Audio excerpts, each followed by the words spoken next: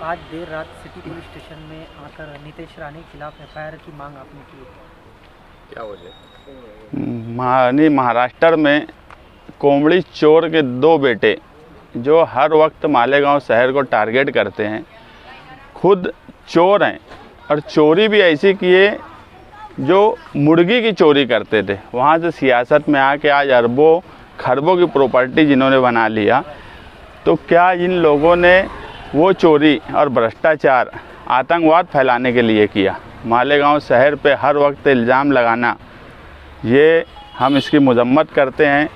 आज शान हिंद की क़यादत में सिटी पुलिस स्टेशन के पीआई को हमने एक पत्र दिया जिसमें फिरियादी शान हिंद निहाल अहमद और इतर शिष्टमंडल और आरोपी नीलेश नारायण राणे, आमदार कणकौली, सिंधुदुर्ग, कोंकण विभाग, इनके खिलाफ़ पीआई साहब ने कहा कि उनके वरिष्ठ से बातचीत करके एफआईआर के ताल्लुक़ से कल हमसे बात करेंगे। हमारा ये बोलना है कि हर वक्त इस तरह की कार्रवाई करना और इस तरह की बातें करना मालेगांव शहर के ताल्लुक़ से जो गैर मुनासिब है।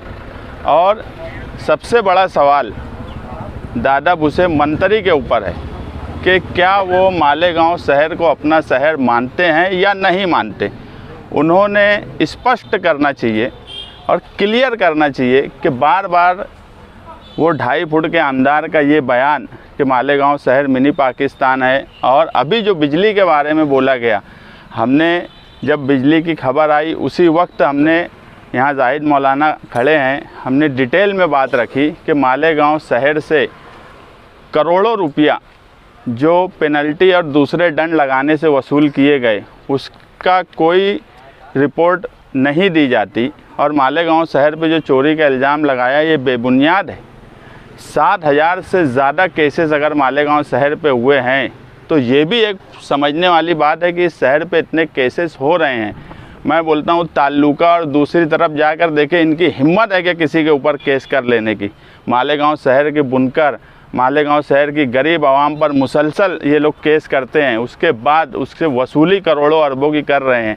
कंपनी मुसलसल भ्रष्टाचार कर रही है और उसका कंपनी का सहारा लेकर अब मालेगांव शहर को जिहादी बोला जा रहा है। तो मेरा ये बोलना है कि मालेगांव शहर जो कंपनी है वो सिर्फ सेंट्रल में नहीं है, वो आउटर में भी है। तो मंत्री साहब ने स्पष्ट करना चाहिए।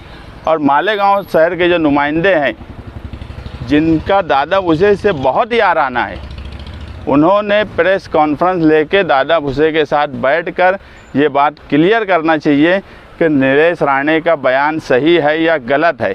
हम उस वक्त मानेंगे या फिर नुमाइंदे ने सारी पार्टी के लोगों को बुलाना चाहिए, दादा भूसे को बुलाना चाहिए और ये बोलना चाहिए कि या तो दादा भूसे ये बोल दे कि मालेगांव शहर हमारा शहर नहीं है।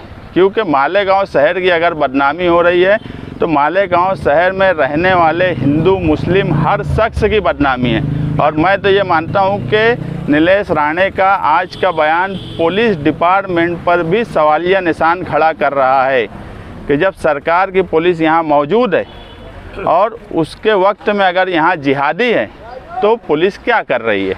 ये पुलिस डिपार्टमेंट के जितने बड़े ऑफिसर से लेकर छोटे ऑफिसर तक सब पर ये सवालिया निशान है। हम इसलिए आज यहाँ आए हैं और उनके ऊपर देशद्रोह 124A के तहत कार्रवाई होना चाहिए। बहुत हो गया ये 1.5 फुट के आमदार का हर वक्त मालेगांव शहर के बारे में बोलना। और अगर इन्होंने कार्रवाई नहीं की तो हम पिटीशन फाइल करेंगे, नीलेश राणे के ऊपर कोर्ट जाएंगे ताकि उनके ऊपर कार्रवाई हो। हम मुफ्त की पब्लिसिटी नहीं लेने देना चाहते, इसलिए कानूनी कार्रवाई की तरफ जा रहे हैं।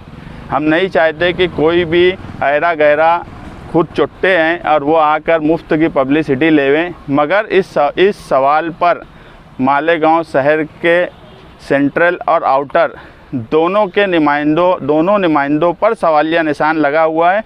और मैं उसी वक्त इसको क्लियर मानूंगा जब वो याराना अब मालेगांव शहरियान के साथ इंसाफ करेगा।